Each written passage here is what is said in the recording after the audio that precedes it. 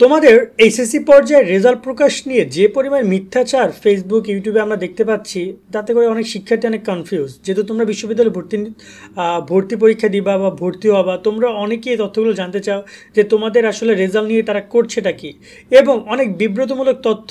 যেমন একটা সংবাদ আমরা সবসময় শুনি, এবার ব্রেকিং নিউজ, ইতিহাসে সবচেয়ে বেশি শিক্ষার্থী এইচএসসি পরীক্ষায় ফেল করবে। এগুলো সব ভুলভাল কথাবার্তা। সঠিকটা জানো, শিক্ষকরা কি বলছে, শিক্ষা মন্ত্রণালয় থেকে কি বলছে। আজকের ভিডিওতে আমরা তোমাদের সেই বিষয়গুলো স্পষ্ট করব। তোমাদের রেজাল্ট নিয়ে একটা কথা এখন পর্যন্ত শিওর যে তোমাদের রেজাল্ট অক্টোবরের মাঝামাঝি দিবে, কিন্তু বিভিন্ন জায়গায় অ্যানাউন্সমেন্ট করা হচ্ছে 15 তারিখ রেজাল্ট দিবে, 14 তারিখ রেজাল্ট দিবে, 16 তারিখ রেজাল্ট দিবে, 19 তারিখ রেজাল্ট দিবে। এরকম যে ডেটগুলো বলা হয়েছে সেগুলো সম্পূর্ণ গুজব, সম্পূর্ণ। কারণ এখন পর্যন্ত শিক্ষা মন্ত্রণালয় রেজাল্টের জন্য ডেট অ্যানাউন্সমেন্টই করেনি। মজার কথা হচ্ছে এখন পর্যন্ত তোমাদের খাতাগুলোই দেখা শেষ হয়নি। অনেক খাতা এখনও প্রধান পরীক্ষকদের কাছে রয়ে গেছে।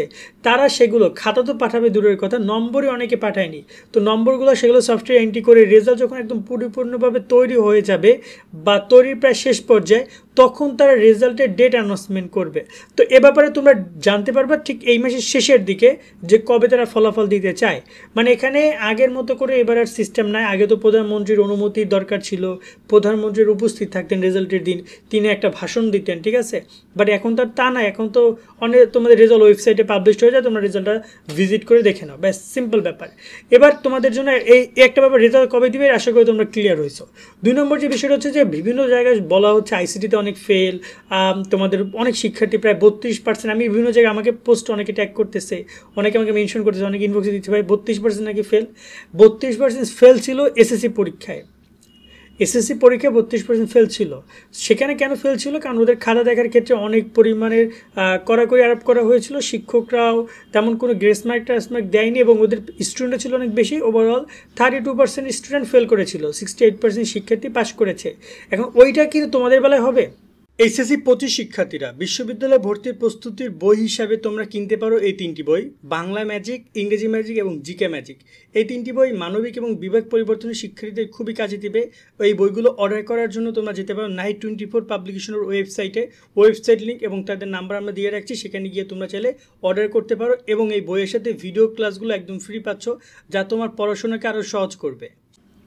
ওদের সময় যেটা হয়েছে তারপরে কিন্তু তোমাদেরকে আমরা সচেতন করেছি, এবং তোমরা, আমি যতটুকু জানি যে তোমরা মোটামুটি এতে সচেতন হয়ে ভালোভাবে পরীক্ষা দিয়েছো।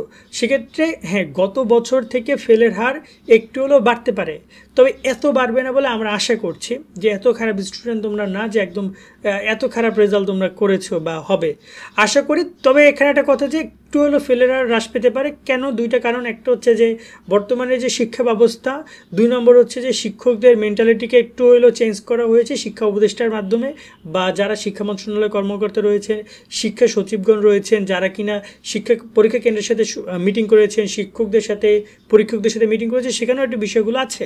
এখন এই হচ্ছে কথা। বাট এক্ষেত্রে এই না যে কোনো পার্সেন্টেজ বলে দিতে পারবে। যারা পার্সেন্টেজগুলো বলতেছে তারা সম্পূর্ণ ভুল তথ্য দিচ্ছে।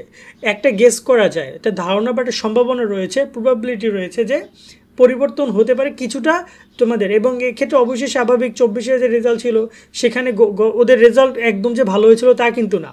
কারণ ওরা করোনার কারণে ওরা হচ্ছে যে কয়েকটা পরীক্ষা দিয়েছিল, পদার্থ পর্যন্ত পরীক্ষা দিয়েছিল, বাকি পরীক্ষাগুলো ওরা দিতেই পারেনি ওই যে জুলাই আন্দোলনের জন্য। পরবর্তীতে যখন পরীক্ষা রুটিন দিল, ওরা পরীক্ষা দিবে না বলে এমন আন্দোলন করলো, পরে আর পরীক্ষাই হলো না। পরে এসএসসি এইচএসসি থেকে ওদের রেজাল্টটা যখন সাবজেক্ট ম্যাপিং করলো, তখন দেখলো যে ওদের রেজাল্ট আসলে অনেক খারাপ হয়েছে। কারণ এসএসসিতে ওদের রেজাল্ট ভালো ছিল, কিন্তু এইচএসসিতে এসে খারাপ হয়েছে, কারণ শিক্ষা মন্ত্রণালয়ের সাবজেক্ট ম্যাপিং অনেক ভুল করছিল। সত্যি কথা এটা। পরে এটা নিয়ে ওরা আন্দোলন করছিল, ওদেরকে মামলা মোকদ্দমা অনেক কিছু করা হয়েছে ওই 24 ব্যাচ স্টুডেন্টদের প্রতি। আমি মনে করি এটা অনেক অন্যায় হয়েছে ওদের সাথে করা, কারণ রেজাল্টে অনেক ভুল ছিল, সেটা আমরা নিজেরা দেখেছি। ইন্ডিভিজুয়াল হিউজ পরিমাণ ভুল। এখন আমাদের ফেসবুক পেজগুলোতে সেগুলো নিয়ে অনেক কথাবার্তা লেখা আছে।